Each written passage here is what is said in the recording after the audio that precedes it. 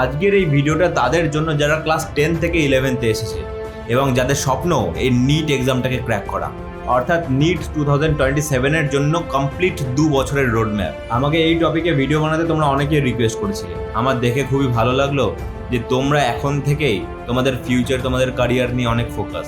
আমরা যারা first generation doctor হতে যাচ্ছি, অর্থাৎ যারা ফ্যামিলির প্রথম ডক্টর, তাদেরকে গাইড করার মতো এই ফিল্ডে কেউ থাকে না। তেমন ঠিক এই কারণে আমার অনেকগুলো বছর নষ্ট হয়েছে, আর আমি চাই না সেই গাইডেন্সের অভাবে তোমাদেরও বছর নষ্ট হোক। আমার আগের ভিডিওটা যারা দেখোনি তারা প্লিজ একবার দেখে নিও।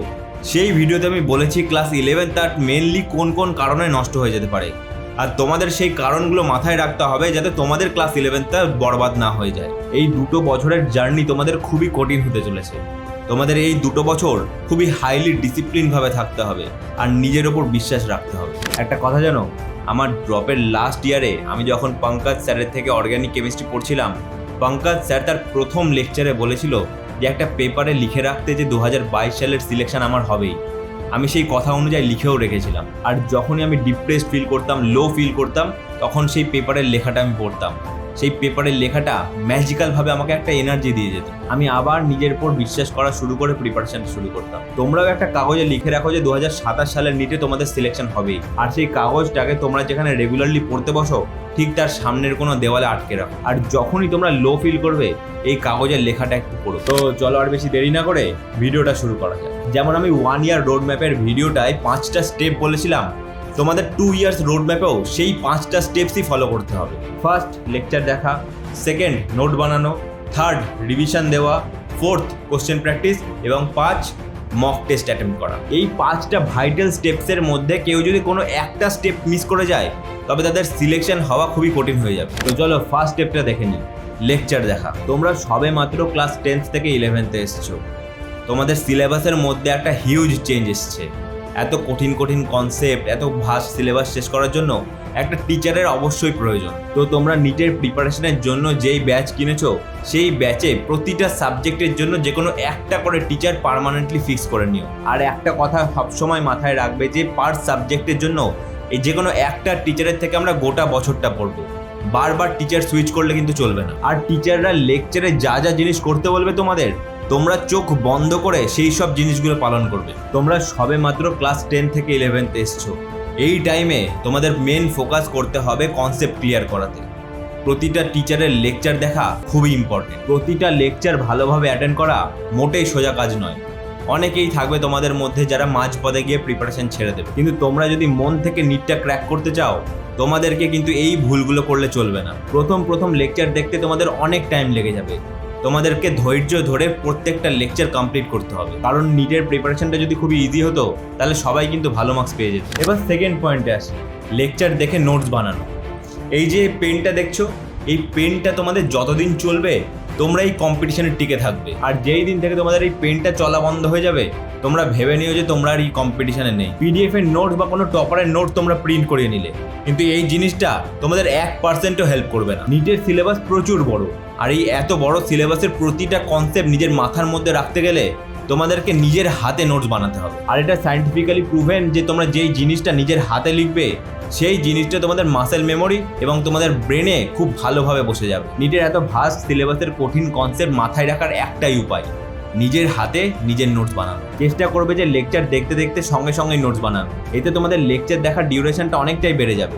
2 ঘন্টার লেকচার 4 ঘন্টা লাগবে, কিন্তু এরমভাবে নোটস বানালে ডিফিকাল্ট কনসেপ্টগুলো তোমাদের মাথা থেকে ইজিলি বেরিয়ে যাবে না। এবার আসছি থার্ড স্টেপে, রিভিশনের ইম্পর্টেন্ট। নিটের এই এত বড় একটা সিলেবাস, এক্সামের দিন ওই 3টে ঘন্টার মধ্যে সব কিছু মাথায় রাখার একটাই উপায়, শুধু রিভিশন নয়, বারবার রিভিশন। দেখো, লেকচার দেখতে দেখতে নোটস বানালে সেই টপিকটা তো তখন ক্লিয়ার হয়ে যাবে, কিন্তু কয়েকদিন পর সেই টপিকটা তোমরা ভুলতে থাকবে যদি না তোমরা সেই টপিকটাকে বারবার রিভাইজ করো। প্রিপারেশনের টাইমে আমার সঙ্গে এটা খুব হতো যে নতুন নতুন ভিডিও লেকচার্স, নতুন নতুন কনসেপ্ট বুঝতে তো খুব ভালো লাগতো, কিন্তু সেই কনসেপ্টগুলোকে কয়েকদিন পর রিভাইজ করতে একেবারেই ইচ্ছা করতো না। রিভিশনের নাম শুনলে কেন জানি না আমার খুব বিরক্ত লাগে, কিন্তু হাজার বিরক্তিতার মধ্যেও যদি আমরা রিভিশন না করি তাহলে এত বড় সিলেবাসের এত কঠিন কঠিন কনসেপ্ট পরীক্ষার সময় কিছুই মনে থাকবে না। প্রতিদিনের লেকচার দেখে সেই নোটসগুলো তো সেই দিনকে রিভাইজ করবেই, তার সঙ্গে সঙ্গেও প্রতিদিন এক্সট্রা 2 ঘন্টা করে রাখবে আগের সব চ্যাপ্টারসগুলো রিভিশন করার। যে কোনো জিনিস প্রথম রিভিশন করতে অনেক টাইম লাগে, কিন্তু সেই জিনিসটা কয়েকবার রিভাইজ করার পরে 10 থেকে 15 মিনিটের মধ্যে এক একটা চ্যাপ্টার রিভাইজ হয়ে যায়। চলো এবার ফোর্থ পয়েন্টে আসি, কোশ্চেন প্র্যাকটিস। তোমাদের নিট এক্সামে আলটিমেটলি ওই 3 ঘন্টায় কোশ্চেন সলভ করতে হবে। এত দিনে যত লেকচার দেখেছো, যত নোটস বানিয়েছো বা যত কনসেপ্টসে রিভাইজ করেছো,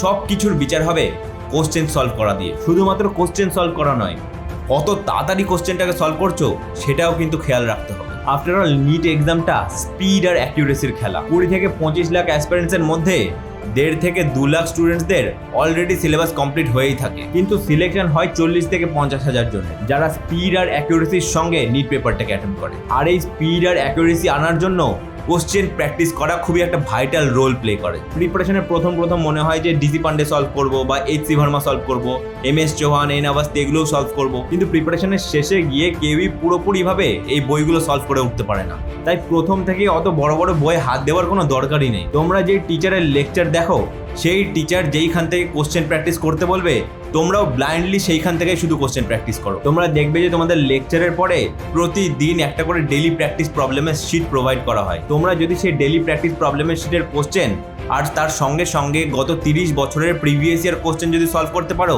ইটস মোর দ্যান এনাফ। অনেকেই ভাববে যে শুধুমাত্র প্রিভিয়াস ইয়ার কোশ্চেন আর ডেইলি প্র্যাকটিস প্রবলেম সলভ করলে কি হয়ে যাবে?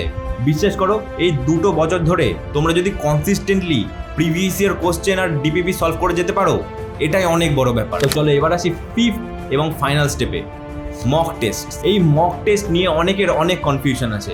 তোমরা আমাকে বারবার জিজ্ঞেস করতে থাকো কোন কোচিং এর মক টেস্ট নিলে ভালো হবে, অ্যালেন, আকাশ না পিডব্লিউ, কোনটা কিনবো? এখানে আমি একটা কথা বলতে চাই, তোমরা যেই ব্যাচটা কিনেছো বা যেই ব্যাচটা তোমরা ফলো করছো নিট প্রিপারেশনের জন্য, সেই ব্যাচ থেকেই তোমাদের মক টেস্ট প্রোভাইড করা হবে।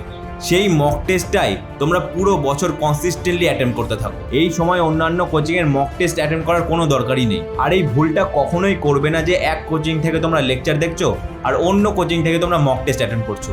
ঠিক এই ভুলটার জন্যই আমার পুরো একটা গোটা বছর নষ্ট হয়েছিল। তাই আমি চাই যে তোমরা এই মিস্টেকটা কখনোই রিপিট করো না। এখন তোমরা আপাতত যেই ব্যাচে পড়ছো সেই ব্যাচেরই টেস্ট সিরিজ অ্যাটেন্ড করো, আর খেয়াল রাখবে যে কোনো টেস্ট যেন মিস না হয়ে যায়। 2 বছর পরে যখন তোমাদের গোটা সিলেবাসটা কমপ্লিট হয়ে যাবে, সেই সময় তোমরা অন্যান্য কোচিংয়ের মক টেস্ট অবশ্যই অ্যাটেন্ড করতে পারো। এই 5টা ভাইটাল স্টেপ যদি তোমরা 2 বছর কমপ্লিটলি ডিসিপ্লিনভাবে ফলো করে নিতে পারো, তোমাদের নিটের প্রিপারেশনের কোনো অসুবিধাই হবে না। এখন তোমাদের প্রিপারেশনের শুরুতে অনেকেই জোশে ভালো করে প্রিপারেশন করবে, কিন্তু কয়েকদিন পরে সেই ঢিলেমি চলে আসবে। আর এরকম লো ফেজ সবার লাইফে আসে।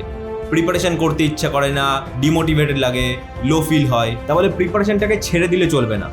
আজকে আমাদের পড়া হয়নি তো কালকে হবে, কালকে যদি পড়া না হয় পরশুদিন থেকে ঠিক হবে। এই মেন্টালিটিটাকে আমাদের ক্রিয়েট করে রাখতে হবে। তো আজকের মতো ভিডিওটা এইটুকুই। আর একটা ভাইটাল কথা আমি সবাইকে বলতে চাই, এসব কন্ট্রোভার্সির চক্করে পড়ো না।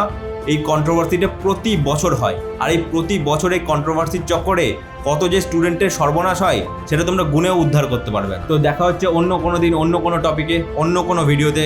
This is Anshuman Ghosh, signing off.